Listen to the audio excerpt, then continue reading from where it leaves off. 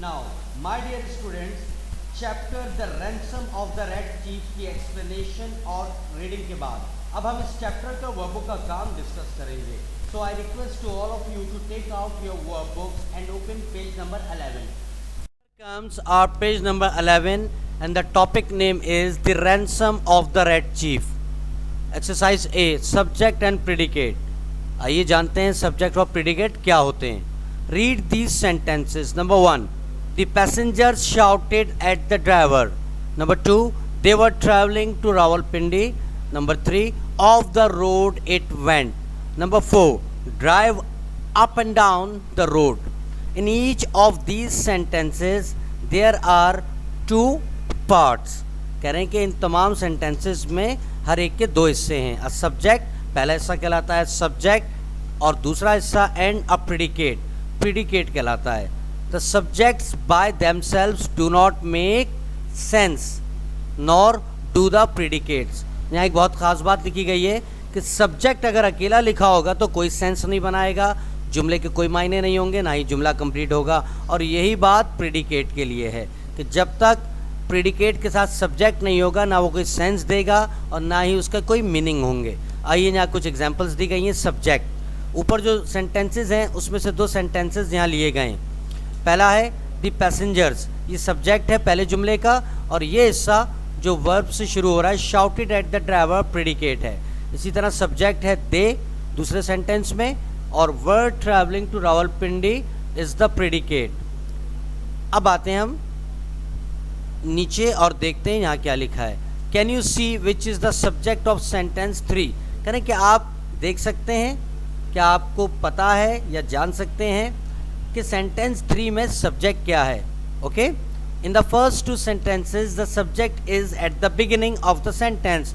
ये बात क्यों की गई, क्योंकि पहले दो जुमलों में आप यहाँ देख सकते हैं सब्जेक्ट जो है शुरू में आ रहा है इसलिए.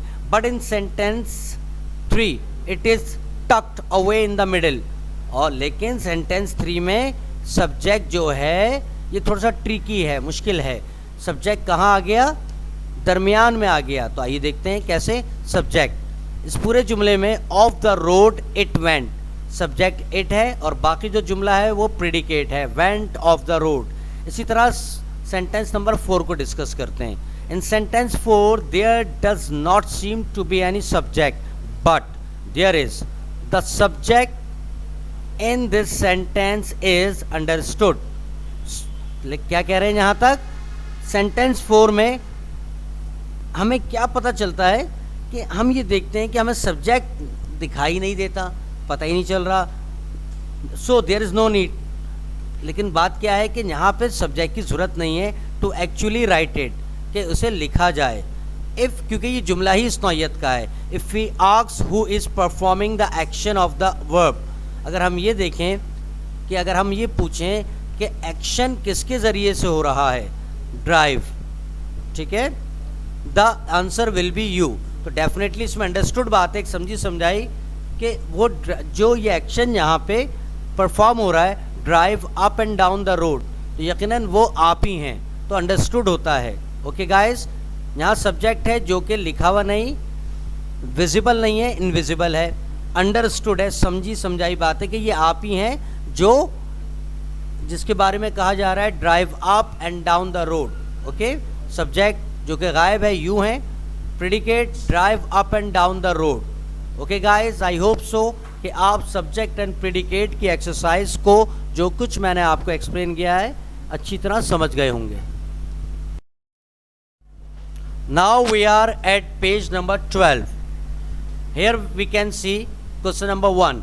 Break the following sentences into subject and predicate. क्या कह रहे हैं, नीचे कुछ जुमले दिए गए हैं A to J. इनको आपने जिस तरह हमने पेज नंबर 11 पे प्रैक्टिस की, एग्जाम्पल्स को डिस्कस किया, इन जुमलों को सब्जेक्ट और प्रेडिकेट में ब्रेक करके लिखना है. यहाँ हम देख सकते हैं ये सब्जेक्ट का कॉलम है और ये प्रेडिकेट का, और ये वो जुमले हैं जिनमें से हमने सब्जेक्ट अलग करके लिखने हैं और प्रेडिकेट अलग करके. Right the sentences in the space provided below. और क्या कह रहे हैं, नीचे जो जगह दी गई है वहाँ पे हमें सब्जेक्ट की जगह सब्जेक्ट लिखने हैं और प्रेडिकेट की जगह प्रेडिकेट. ए, मोनिका शूक हर हेड. तो मोनिका क्या है, सब्जेक्ट है और बाकी इसका जो पार्ट है शूकर हर head is the predicate. Same as in B. My house is too small. My house is the subject, is too small is the predicate. Here comes the third one, C. He nodded his head and left the cottage. तो यहाँ he क्या है, subject है, और बाकी जुमला जो है nodded his head and left the cottage predicate है. तो इसी तरह बिल्कुल आप बताए गए तरीके के मुताबिक सामने स्क्रीन पर नज़र आए गए इस सोल्यूशन के मुताबिक आप अपनी वर्कबुक में ये एक्सरसाइज कंप्लीट करेंगे.